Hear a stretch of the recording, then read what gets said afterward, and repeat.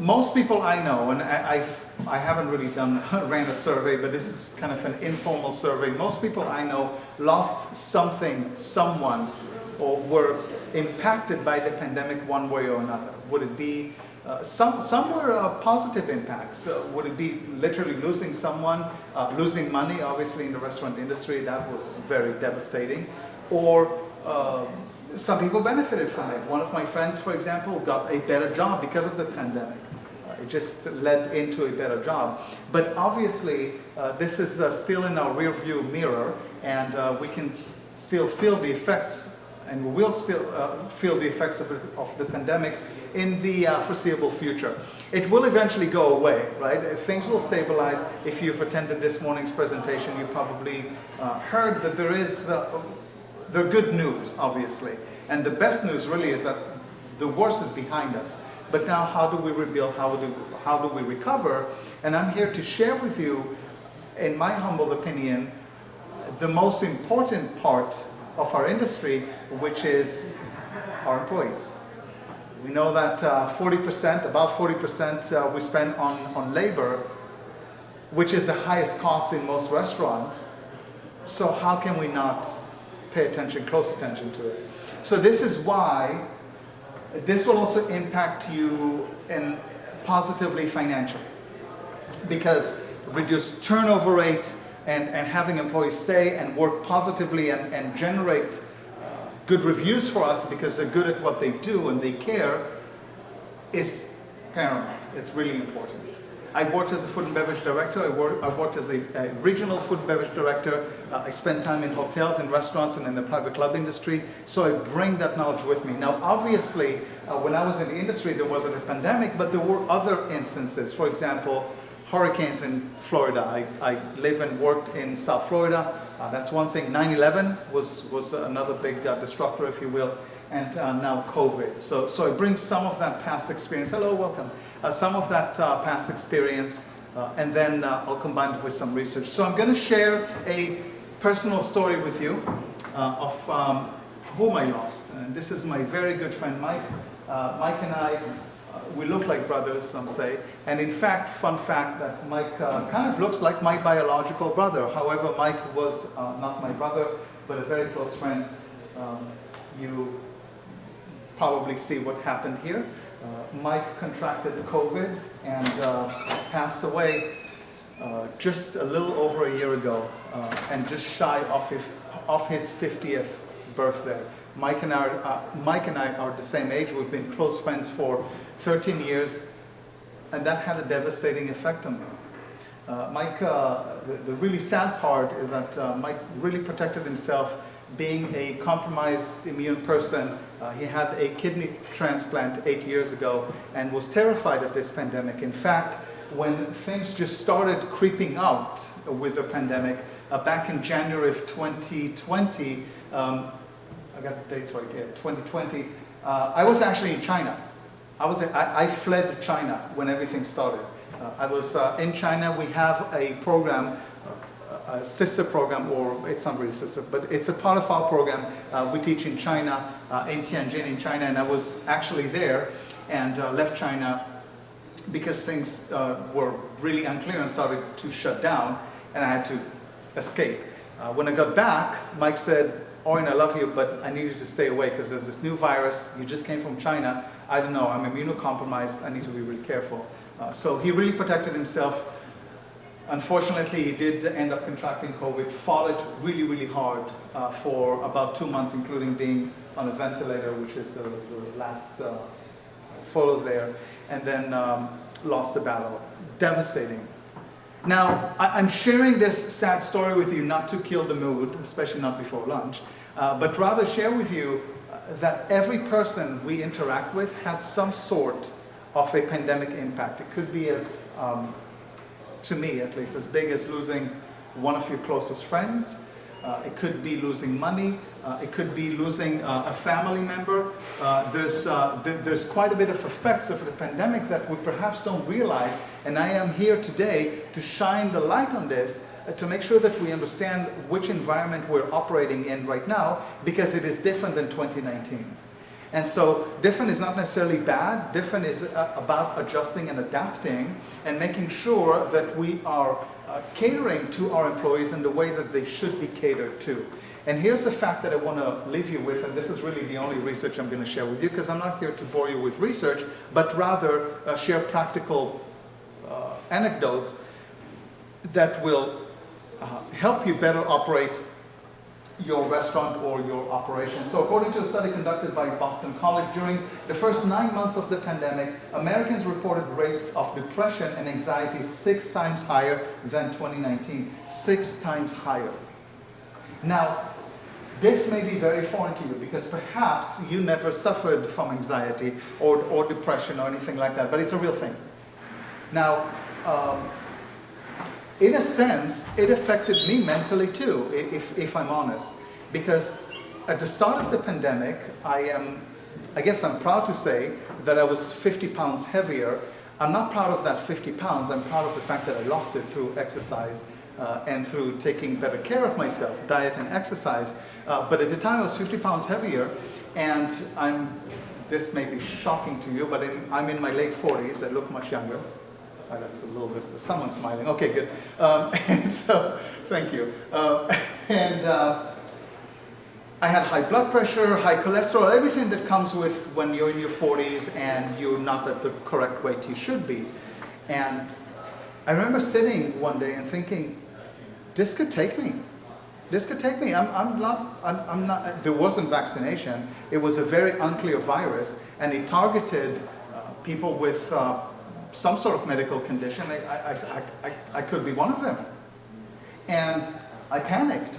And I said, you know, I don't have kids. And the knowledge that I'm transferring in this world is mostly to my students. And I said, I need to share more knowledge. And so my good friend Nathan said, I have an idea. Why don't you do a podcast? And here's a good platform. And Nathan introduced me to a good platform to do my leadership podcast, which I'm going to share with you at the end. And I'm getting close to the 100th episode. It took off, completely took off, as a byproduct of the pandemic. It really started because of the pandemic. And the listenership, I have listenership from all over the world. It just kind of word of mouth took off, and I'm really, really proud of it. So that's my little plug-in. I'll share the link at the end to my leadership podcast. But so obviously there's some effects that are impacting humans, and humans are who are working for us. And we don't see, this is the thing, right?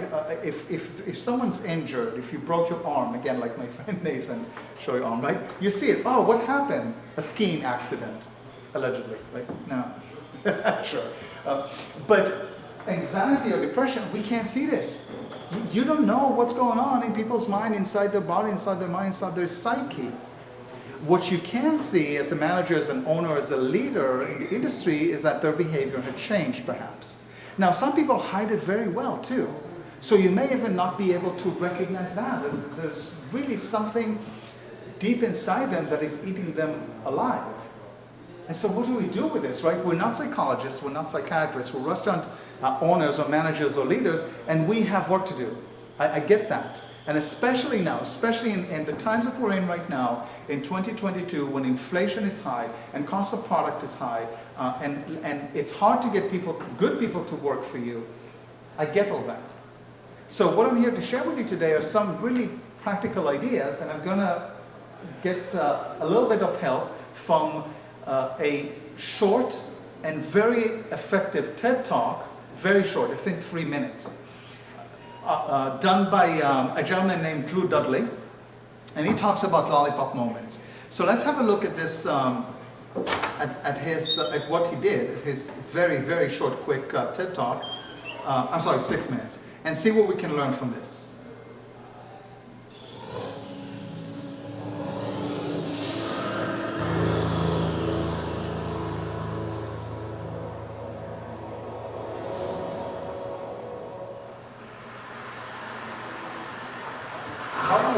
Are completely comfortable with calling yourselves a leader? See, I've asked that question all the way across the country, and everywhere I asked it, no matter where, there's always a huge portion of the audience that won't put up their hand. And I've come to realize that we have made leadership into something bigger than us. We made it into something beyond us. We made it into changing the world. And we've taken this title of leader and we treat it as if it's something that one day we're going to deserve. But to give it to ourselves right now means a level of arrogance or cockiness that we're not comfortable with. And I worry sometimes that we spend so much time celebrating amazing things that hardly anybody can do, that we convinced ourselves that those are the only things we're celebrating. And we start to devalue the things that we can do every day. And we start to take moments where we truly are a leader, and we don't let ourselves take credit for it, and we don't let ourselves feel good about it.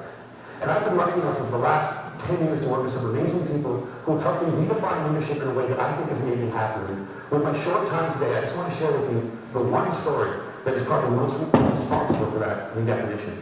I went to a school, a little school called Mount Allison University in Sackville, New Brunswick. And on my last day there, a girl came up to me and she said, I remember the first time that I met you. And then she told me a story that happened 4 years earlier. She said, on the day before I started university, I was in a hotel room with my mom and my dad. And I was so scared and so convinced that I couldn't do this, that I wasn't ready for university, that I just burst into tears. And my mom and my dad were amazing. They were like, look, we know you're scared, but let's just go tomorrow. Let's go to the first day. And if at any point you feel as if you can't do this, that's fine. Just tell us and we'll take you home. We love you no matter what. And she said, so I went the next day and I was standing in line getting ready for registration, and I looked around and I just knew I couldn't do it. I knew I wasn't ready. I knew I had to quit. And she said, I made that decision, and as soon as I made it, there was this incredible feeling of peace that came over me. And I turned to my mom and my dad to tell them that we needed to go home. And just at that moment, you came out of the student union building wearing the stupidest hat I have ever seen in my life. It was awesome. And you had a big sign promoting Shine Around, which is Students Fighting Cystic Fibrosis, a charity I've worked with for years. And you had a bucket full of lollipops. And you were walking along and you were handing the lollipops out to people in line and talking about Shine Around. And all of a sudden, you got to me and you just stopped and you stared. It was creepy. This girl right here knows exactly what I'm talking about. And then you looked at the guy next to me and you smiled and you reached in your bucket and you pulled out a lollipop and you held it out to him. And you said, you need to give a lollipop to the beautiful woman standing next to you. And she said, I have never seen anyone get more embarrassed faster in my life. He turned beet red. He wouldn't even look at me. He just kind of held the lollipop out like this. And I felt so bad for this dude that I took the lollipop. And as soon as I did, you got this incredibly severe look on your face, and you looked at my mom and my dad and you said, look at that. Look at that. First day away from home, and already she's taking candy from a stranger. And she said everybody lost it. 20 feet in every direction, everyone started to howl. And I know this is cheesy, and I don't know why I'm telling you this, but in that moment when everyone was laughing, I knew that I shouldn't quit. I knew that I was where I was supposed to be, and I knew that I was home. And I haven't spoken to you once in the 4 years since that day, but I heard that you were leaving. And I had to come up and tell you that you've been an incredibly important person in my life, and I'm going to miss you. Good luck. And she walks away, and I'm flat. And she gets about 6 feet away, she turns around and smiles and goes, you should probably know this too. I'm still dating that guy 4 years later. A year and a half after I moved to Toronto, I got an invitation to their wedding. Here's the kicker. I don't remember that. I have no recollection of that moment, and I searched my memory banks because that is funny, and I should remember doing it, and I don't remember it. And that was such an eye-opening, transformative moment for me to think that maybe the biggest impact I've ever had on anyone's life, a moment that I'm going to walk up to a stranger 4 years later and say, you've been an incredibly important person in my life, was a moment that I didn't even remember. How many of you guys have a lollipop moment, a moment where someone said something or did something that you feel fundamentally made your life better? All right. How many of you have told that person they did it? See, why not? We celebrate birthdays where all you have to do is not die for 365 days. And yet we have people who have made our lives better walk around without knowing it. And every single one of you has been the catalyst for a lollipop moment. You have made someone's life better by something that you said or that you did. And if you think you haven't, think about all the hands that didn't go back up when I asked that question. You're just one of the people who hasn't been told. But it is so scary to think of ourselves as that powerful. It can be frightening to think that we can matter that much to other people. Because as long as we make leadership something bigger than us, as long as we keep leadership something beyond us, as long as we make it about changing the world, we give ourselves an excuse not to expect it every day from ourselves and from each other. Marianne Williamson said, our greatest fear is not that we are inadequate. Our greatest fear is that we are powerful beyond measure. It is our light and not our darkness that frightens us. And my call to action today is that we need to get over that. We need to get over our fear of how extraordinarily powerful we can be in each other's lives. We need to get over it so we can move beyond it. And our little brothers and our little sisters, and one day our kids, or our kids right now, can want to start to value the impact we can have on each other's lives more than money and power and titles and influence. We need to redefine leadership as being about lollipop moments. How many of them we create, How many are we acknowledge? How many are we pay forward? And how many are we say thank you for? Because we made leadership about changing the world, and there is no world. There's only 6 billion understandings of it. And if you change one person's understanding of it, one person's understanding of what they're capable of, one person's understanding of how much people care about them, one person's understanding of how powerful and agent for change they can be in this world, you change the whole thing. And if we can understand leadership like that, I think if we can redefine leadership like that, I think we can change everything. And it's a simple idea, but I don't think it's a small one. And I want to thank you all so much for letting me share with you. Okay. My apologies for, let's see, this one here. My apologies for the audio quality, but it's really easy to find, either Google or YouTube, Drew Dudley, Lollipop Moments. And the message, if you could hear, is that we, especially now, because this is way before pandemic, this is at least 10 years old, this TED Talk, but it's an excellent one. But especially now, post-pandemic, this is our time to elevate those lollipop moments. And how does it look like, right? Because not everyone's kumbaya, not everyone's touchy-feely, and not everyone is comfortable having a conversation with an employee such as, are you okay? What's happening? And some employees also are not comfortable sharing with a leadership figure what is really happening to them in their life. So it's a little bit tricky. However, so this may not cater to everyone in the room, right? Because some of you are like, I'm not that person. I'm not that person to check in on people. I'm the financial guy, right? I run my restaurant with numbers in mind, which of course we all should. I don't really have time for that. What I'm here to propose is a bit of a change, a bit of an adjustment, because that change and adjustment is really needed. And what does a lollipop moment look like in the restaurant industry? Things that are very simple. A quick thank you. And not thank you for showing up to work. I'm tired of this shit. Forgive my language, right? There's an expectation, oh, I showed up. You need to show up, because if you don't show up, we're going to write you up. But rather, that person that went the extra mile. That person that perhaps even shared with you what is going on with them in their life, or perhaps a person like me who showed up to work on October 24th, which marked the 1 year when I lost Mike. And I was just sad that day. And so to recognize that, to have that knowledge and to stop them and say, this is probably not the best day for you, but you're here with a smile, I really appreciate it. That makes all the difference in the world, my friend. My friends, think about the time where someone stopped you and said something kind, something nice. Recognize your hard work. Would it be at work or in a relationship or anywhere in the world? You go out to get a Starbucks in the morning and someone complimented you on your nice maroon jacket. This stays with you, right? These things, Nathan gets my jokes. These things stay with you. And although it may not seem important to you individually, there's nothing wrong with you there, right? It's how people operate. We all view and make sense of the world differently. But one thing that people gravitate to is that care and that kindness. And that's why I bring in my own research too, because that's part of my PhD research on how the brain works and how the mind works and how we can connect with people on that next level. Remain professional, of course, but on that next level, that they come to work with a great deal of pride, and work all of a sudden became this safe space that they actually really enjoy being there. And that I speak from experience. 55 employees I led towards the end of my career in the hospitality industry. And I am proud to say that because someone taught me this, and I had a good understanding that my biggest asset is labor, and my biggest cost is labor, and I have to pay as much attention and direct as much energy towards the labor working with me, then I was able to create an environment where when people had to quit because they had to move on, they either graduated college or they moved on to bigger and better things, it ended up with tears in my office. I don't want to leave, but it's time for me to leave. And I cried too, because it was such a great environment. And I am so proud to share this with you today. And believe me when I tell you, my friends, I am just a simple guy that gets it. I was able to understand the value right from the get-go, the value of the employees working for me and with me, and get rid of the ones that were not on board, which is another thing I want to bring up. Yes, there is the post-pandemic effect, but there are also people who are going to take advantage of it because they know that perhaps you're a little bit more lenient and a little bit more hypersensitive to what's going on.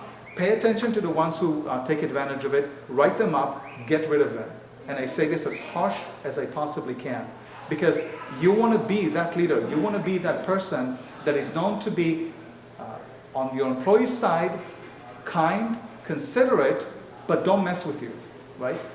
And this is what I've heard about me oftentimes in the past, and I like it. Owen is a really nice guy, but don't mess with him. There's a stronger word they use. I'm recorded here, so I don't want to use that word, but you can use your imagination. I'll say that it's a four-letter word and it's not love. Okay, you see where this is going, right? And so pay attention to the ones who take advantage, and pay attention to the ones who really need you for a moment or two. And listen to them. Yes, we're not psychologists, but we are, right? It's like being a bartender. Bartenders are psychologists because they hear everything. Barbers, by the way, is the same. I wouldn't know, obviously, about barbers, but I used to have here. So you appreciate it. Some people here, yeah. And so this is simply a part of our role. And I know the reason I wanted to share this with you, my friends, today is because, especially post-pandemic, this is something that we can slip and forget. Why? Because there's so many pressures happening right now.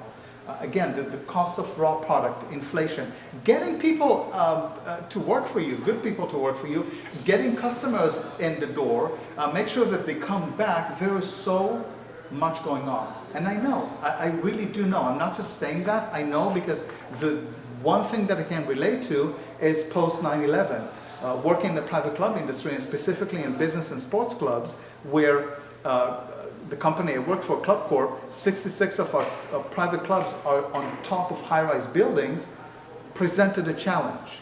Because all of a sudden in our society, climbing up in an elevator to a high-rise building was scary. September 12th, 2009, I went up to work, the 28th floor. I was lucky because I had a tiny bit of an office view. It was still a broom's closet, but I had a window there. And the window overlooked the airport. And it was scary, it was eerie. And so as a result, we suffered an immediate decline in members using the club for the foreseeable future. And we had to get together and decide what is it that we're going to do. So the point I'm trying, it wasn't a pandemic or pandemic effects, but the point I'm trying to share with you is that there was a time of crisis that prevented customers, in our case members, to walk in the door, and then we as operators, as managers, as leaders, had to decide what is it that we're going to do to get them back. And we were successful with that. So the point and the reason I'm sharing this with you is because I know how to operate in a time of crisis. Not COVID, the crisis around COVID was more in academia, right? So now the worry is how to get students back in the classroom, but I understand the struggles. I really do understand the struggles. And I'm here to share with you, and I'm here to promote the idea of please don't forget. And if lollipop moments is not really a thing, if saying thank you to someone is not really a thing, perhaps work on it. Yeah, it's an opportunity. It's an opportunity for you to grow.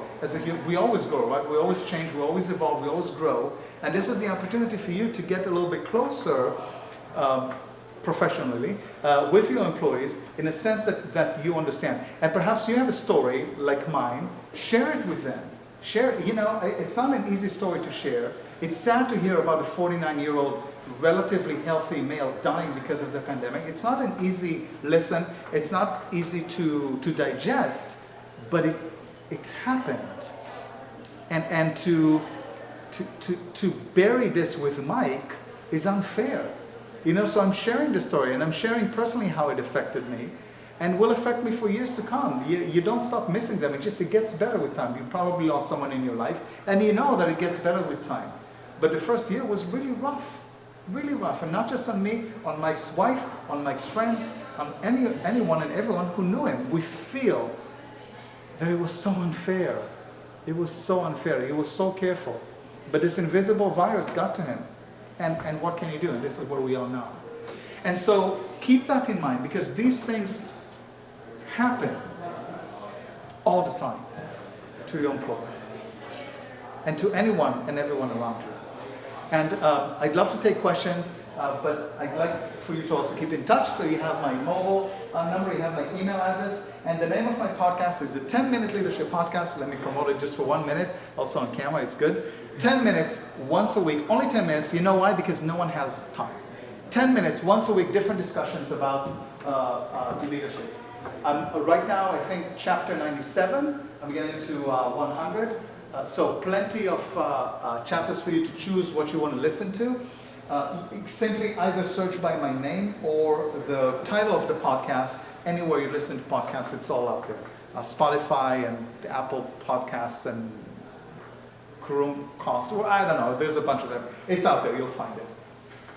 And I hope you subscribe.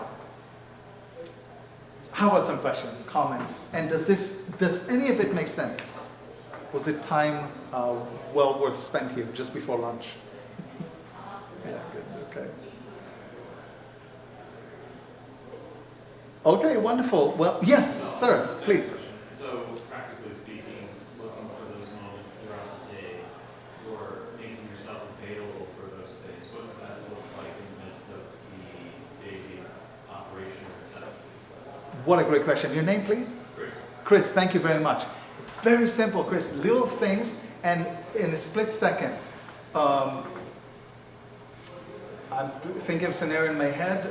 You saw one of your servers helping another server in the weeds. But you observed it. And you're busy yourself, running in the dining room, perhaps clearing, maybe you're short staffed, whatever the case might be. A split second by the dishwasher pit for a second, Chris comes to Jane. Jane, thanks for helping John. That was awesome. Thank you. That little thing, that tiny little thing makes such a difference. Because if you it's a hit of endorphins to Jane and to you actually, which is, dopamine, I'm sorry. It's a dopamine, which is the happy chemical brain that, you feel good about praising Jane, I think I call her. And then Jane feels good, like, oh, Chris saw it. I did the right thing here, and he recognized it. It's those tiny little things. This is the beautiful thing about lollipop moments, that it becomes a part of what you do. Now, of course, you don't want to overdo it, because then it's watered down. But if someone really did something that deserves a praise, don't hold it inside. Let me give you another example, Chris, actually. That's before I even understood this. As a young manager, I made the terrible mistake, the rookie terrible mistake of letting 2 dishwashers go out on vacation at the same time. I was young and stupid. I just, you live and learn. That's the worst thing I've ever done. No, I've done worse things. But one of the biggest mistakes that I can think of. And what do I do as a good manager? I jump behind the dish pit, and for about a week I washed dishes. When they came back, each and every one of them got a big hug from me, big massive hug from me. And I told them, you have no idea how much we've missed you. You have no idea how much I missed you. And they're looking at me like I have 3 heads. I'm like, just trust me on that. Welcome. Did you have a good vacation? Yeah, I had a great vacation. Welcome back. You're never leaving again. And so it came from the heart. They felt it. It was accompanied with a real hug. Like, I really, really missed you. It was a terrible mistake. Never repeated it ever again. Those little things. And we're not always comfortable doing it. As Drew Dudley said, he quoted Marianne Williamson, that our biggest fear is not our darkness, but our light. And it's so true. For some reason, we are afraid of showing compassion and kindness. Not all of us, of course, right? But it's a learned behavior. And when we get there, it creates such a positive environment. In an environment that is very stressful and sometimes hostile, between the back of the house and the front of the house. All back of the house and front of the house fight, right? It's the nature of the beast. But we can make it a better place. We really can. And this, I speak not just from research, but experience.